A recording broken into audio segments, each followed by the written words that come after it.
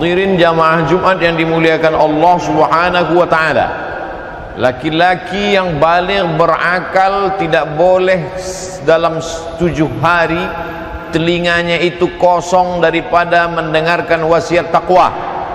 Oleh sebab itu, kalau dia tidak ikut pengajian di kantor, tidak menghadiri tausiah di masjid, paling tidak wajib dia mendengar wasiat takwa dari khatib. Ittaqullah, takutlah kepada Allah Subhanahu wa ta'ala. Yang jadi masalah, malaikat yang mencatat itu tidak kelihatan, tak nampak dia. Buku yang menjadi catatan amal itu pun tidak nampak.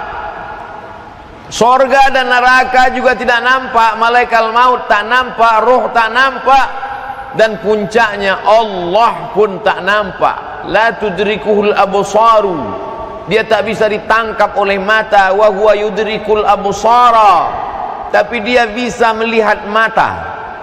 Kita punya mata tapi tak bisa melihat mata kita, tapi dia melihat mata kita. Wa huwal latiful khabir, dia maha halus, dia maha tahu segala yang tersembunyi. Sekarang kita sedang berhadapan dengan manusia modern yang hanya percaya pada yang dia lihat. Kalau tidak bisa dilihat, tidak bisa dipegang, tidak bisa disentuh, tidak bisa ditangkap dengan panca indera, maka dia tidak ada. Filsafat itu namanya filsafat wujudiyah.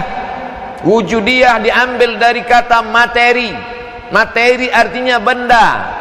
Materialisme orang yang hanya percaya kalau dia ada.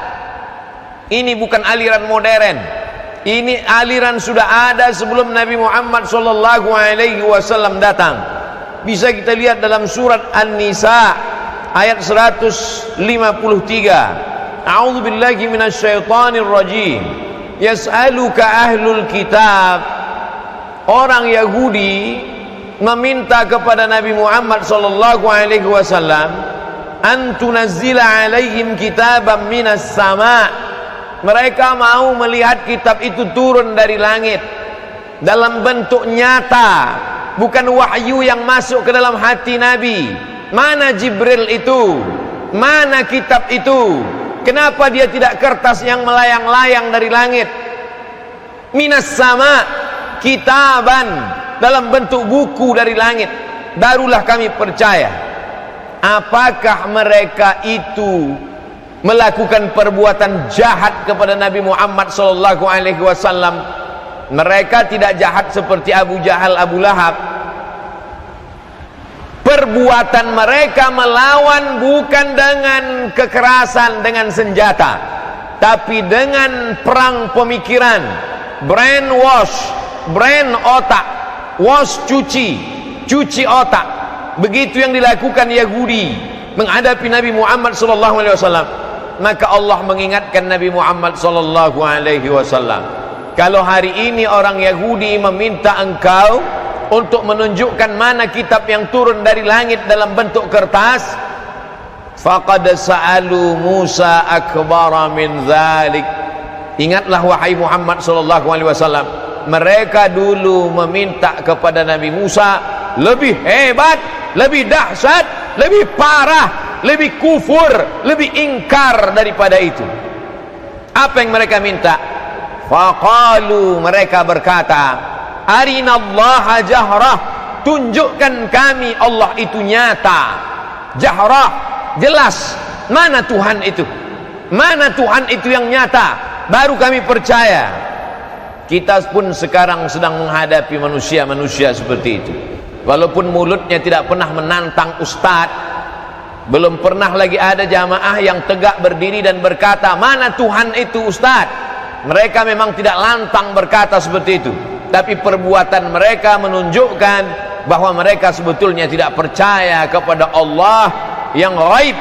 Makanya sholat itu nomor 2. Yang pertama kali sebelum sholat adalah asyhadu, aku bersaksi la ilaha illallah, bahwa dia yang tak nampak itu ada. Dia ada, hanya saja aku yang lemah tak dapat melihatnya. wa asyhadu, dan aku bersaksi, anna Muhammadan, bahwa Muhammad Rasulullah SAW, jarakku dengan dia 14 abad, 1442 tahun yang lalu kalau dihitung dari hijrahnya. Aku tak pernah melihat dia, tapi aku percaya bahwa dia adalah utusan Allah Subhanahu wa ta'ala. Hari ini kita lihat manusia sudah terjebak pada aliran materialisme. Dia hanya percaya kalau dilihat CCTV. Dia hanya takut kalau dikontrol oleh Satpol PP, polisi, tentara, petugas pajak, inspektoral jenderal, KPK, BPK. Tapi kalau yang melihat itu adalah yang gaib, Allah, maka dikatakan wa huwa ma'akum ainama kuntum, dimanapun kau berada, maka dia bersama dengan kamu. Wa huwa sami, dia maha mendengar. Ma yalfizu min qaulin, tak keluar satu kata dari mulutmu, illa ladaihi raqib, ada malaikat yang mengawasi hati. Malaikat amat sangat dekat. Inna alaikum lahafizin, bersama kamu ada malaikat-malaikat kiraman, mulia, katibin, mencatat segala amal, zahir, batin. Ada yang zahir nampak, tapi ada batin yang tak nampak. Dalam lagu kebangsaan negara Republik Indonesia pun dinyatakan ada yang zahir, ada yang batin. Bangunlah jiwanya, bangunlah badannya. Badannya nampak, jiwa tak nampak. Oleh sebab itu, dalam ungkapan Idul Fitri pun orang berkata, mohon maaf, zahir dan batin. Orang barat yang katanya tak percaya kepada yang batin itu pun, ketika mereka kecelakaan, mereka memberikan simbol SOS, save our soul. Soul artinya jiwa, soul artinya roh. Selamatkan rohnya kami, selamatkan nyawa kami. Mana nyawa itu? Ada orang pernah melihat nyawa. Oleh sebab itu mereka yang ingkar itu sebenarnya sedang memanipulasi dirinya sendiri, sedang menipu suara hatinya bahwa dia percaya kepada Allah Subhanahu wa ta'ala. Hari ini kita semua meninggalkan yang bekerja di kantor, meninggalkan tokonya, meninggalkan jualannya. Kenapa? Padahal tidak akan ada yang memeriksa dia, karena kita tidak lagi tinggal pada masa Khalifah Abu Bakar, Umar, Utsman, Ali. Kita tidak lagi dikontrol dalam ibadah. Silakan. Kenapa kita hari ini datang ke masjid? Alhamdulillah, kita masih percaya kepada Allah. Kita masih percaya bahwa kita akan mati, dan setelah mati kita akan bangkit kembali, dan setelah itu kita akan menghadap Allah Subhanahu wa ta'ala. Tapi hari ini yang dipentingkan orang hanya zahir saja. Dari mulai rambut, kulit kepala kena ketombe, sampai lubang telinga yang berdaki kotor, sampai hidung, wajah, kulit pori-pori yang tersumbat, sampai dari ujung rambut ke ujung kaki, yang diperhatikan orang hanyalah zahir. Sampai-sampai orang mengeluarkan duit jutaan bahkan miliar untuk operasi plastik. Dari mulai alis mata, kelopak mata, hidung, dagu, pipi, sampai ujung kaki, semuanya zahir. Islam datang untuk menunjukkan kepada kita bahwa yang zahir ini sementara, bahwa yang zahir ini akan lapuk, akan mati. Setinggi-tinggi usia manusia baina sittina wa sab'in, antara sittin 60, sab'in 70. Setelah itu kita akan mati menghadap Allah Subhanahu wa ta'ala. Tapi bukan pula berarti Islam tidak mementingkan zahir. Islam mementingkan zahir. Makanya sebelum kita sholat ada namanya fikih taharah, bersuci, membasuh kemaluan dengan air, mandi, sunnah mandi hari Jumat. Apa maknanya? Islam mementingkan zahir. Makanya ketika melihat wajah di cermin, orang disuruh, diperintahkan untuk seimbang. Allahumma kama hassanta khalqi, sebagaimana kau perbaiki bentuk zahirku, hidungku, wajahku, mataku, kepalaku, fahassin khuluqi, maka perbaiki jugalah akhlakku. Innallaha la yanzuru ila ajsamikum, Allah tak melihat bentuk tubuh kamu, yang gemuk, yang kurus, yang tinggi, yang pendek, yang hitam, yang putih. Wala ila suwarikum, Allah tak melihat rupa kamu, yang mancung, yang pesek, yang buruk, yang jelek. Walakin yanzuru ila qulubikum, Yang ditengok, yang dipandang Allah adalah hati kamu. Kenapa yang dilihat hati? Karena dalam hati itulah iman. Kenapa yang dipandang hati? Karena dalam hati itulah bersemayamnya bisikan-bisikan setan. Allazi yuwaswisu fi sudurin nas minal jinnati wan nas. Oleh sebab itu Islam amat sangat menganjurkan umatnya untuk memperhatikan kesucian hati. Ala fil jasadi mudghah. Ketahuilah dalam badanmu itu ada segumpal. Idza salahat salahal jasadu kulluh. Kalau dia baik, maka yang lain ikut menjadi baik. Kalau yang segumpal itu baik, matamu menjadi baik. Kalau yang segumpal itu baik, maka kepalamu menjadi baik.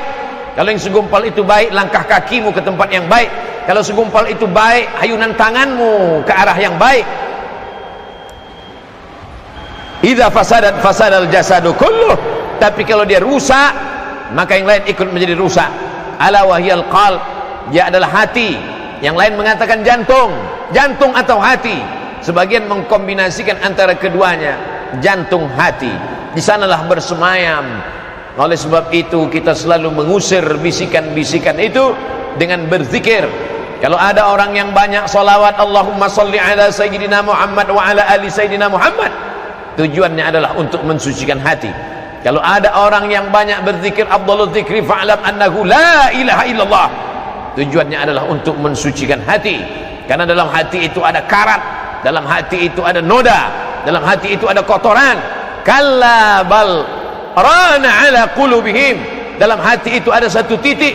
Ketika kita melakukan perbuatan dosa, muncul satu titik. Ketika kita beristighfar, hilang titik dosa. Ketika buat dosa, silap, khilaf dan salah, muncul satu titik. Ketika kita beristighfar, salat sunat, Rabbighfirli warhamni wajburni warzuqni wahdini wa'afini wa'fu anni. Tapi ketika satu titik itu dibiarkan, dia menjadi besar, disusul dengan titik-titik yang lain, akhirnya hati menjadi gelap. Kalau sudah hati menjadi gelap, pandangan menjadi gelap, pendengaran menjadi gelap.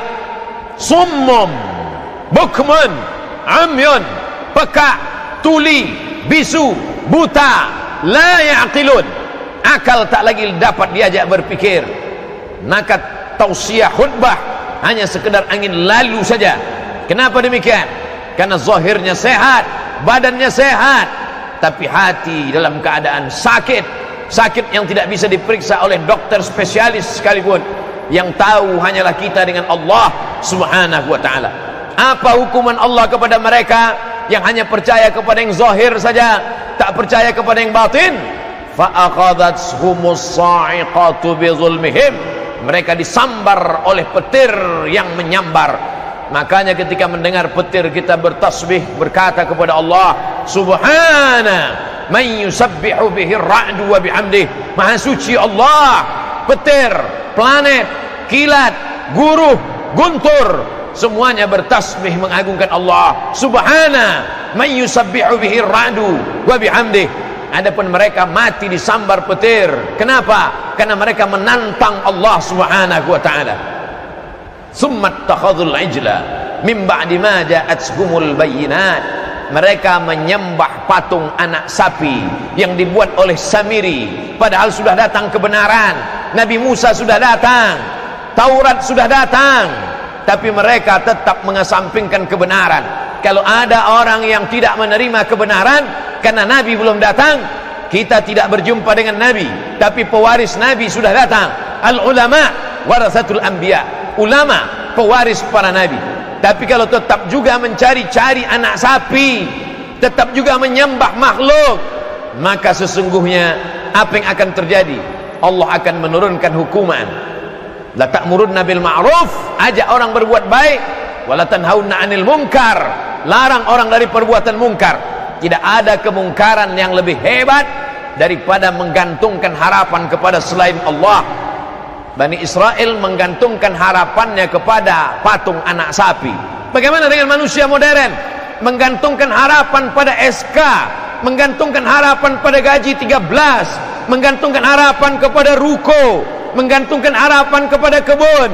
Ketika hasil tidak sesuai, maka muncul kekufuran kepada Allah subhanahu wa ta'ala. Kita disuruh berusaha. Idza qudiyatis shalah, kalau salat sudah dilaksanakan, fantashiru fil ard, bertebaranlah di atas muka bumi. Kita memang disuruh untuk mengurus kebun, tapi jangan hanyutkan harapan, gantungkan harapan kepada makhluk, karena kita akan kecewa. Gantungkanlah harapan kepada Dia, hayyun la yamut, Dia maha hidup dan Dia tidak akan pernah mati. Allah hukumkah mereka? Fa'afawna an dzalik, kami maafkan mereka, kami maafkan salah mereka. Allah memberikan kabar gembira pada kita, kita pernah silap, kita pernah salah. Maka momen Muharram 1442 Hijrah memang betul-betul hijrah. Tinggalkan perbuatan kemusyrikan, menggantungkan harapan kepada selain Allah. Fa'afawna an dzalik, kami maafkan, kata Allah Subhanahu wa taala. Ditutup ayat surat An-Nisa 153 dengan firman Allah, wa ataina Musa sultanan mubina, kami berikan Musa kekuasaan yang nyata. Bagaimana akhir Fir'aun? Tenggelam. Nabi Musa tidak pernah menenggelamkan Fir'aun. Urusan menenggelamkan Fir'aun itu urusan Allah. Urusan kita hanya berani datang dan berkata kebenaran, tapi kita tidak bisa sendiri. Rabbi shrah li sadri, lapangkan dadaku, wa yassir li amri, mudahkan urusanku, wahlul 'uqdatam min lisani, buat lidahku ini lancar bicara supaya orang paham. Tapi aku tidak bisa sendirian. Waj'al li waziran min ahli, berikan aku seorang penolong, sahabat kawan, Harun akhi, Harun saudaraku. Oleh sebab itu kita menegakkan agama Allah ini tidak sendirian. Siapa yang merasa menegakkan agama Allah sendirian, berarti dia sudah keluar dari sunnah kenabian. Nabi Musa, Nabi Isa alaihi salam ketika menegakkan agama ini pun tidak sendirian. Walaupun dia yubri'ul akmaha wal abrasa, bisa menyembuhkan orang kena penyakit kusta, bisa menyembuhkan orang buta, bisa membuat orang lumpuh tegak berdiri biiznillah, dengan izin Allah. Wa yuhyil mauta, menghidupkan orang mati biiznillah, dengan izin Allah. Tapi meskipun demikian, apa kata Allah Subhanahu wa taala? Nabi Musa tetap meminta bantuan saudara-saudaranya. Wa idz qala Isa bin Maryam lil hawariyin, ingatlah ketika Nabi Isa berkata kepada hawariyin, murid-muridnya, sahabat-sahabatnya, man ansari ilallah, siapa yang menolong aku menegakkan agama Allah? Qala al hawariyun, hawariyun berkata, nahnu ansarullah, mari kita saling bekerja sama menolong agama Allah. Yang pedagang, tolong agama Allah dengan hartamu. Yang penguasa, tolong agama Allah dengan kekuasaanmu yang dititipkan Allah sekedip mata. Yang punya ilmu, tolong agama Allah dengan akalmu yang sehat, dengan hatimu yang bersih. Rakyat jelata yang tak punya apa-apa, sesungguhnya mereka tidak dititipkan Allah amanah. Hisab mereka begitu cepat, bahkan ada di antara mereka yang tidak kena hisab langsung masuk surga. Maka kita husnuzan selalu kepada Allah, jangan bangga, karena ini semua hanyalah titipan Allah Subhanahu wa taala. Barakallahu li wa lakum fil Qur'anil azim, wa nafa'ani wa iyyakum bima fihi minal ayati wadh-dhikril hakim, wa taqabbala minni wa minkum tilawatahu, innahu huwal ghafurur rahim.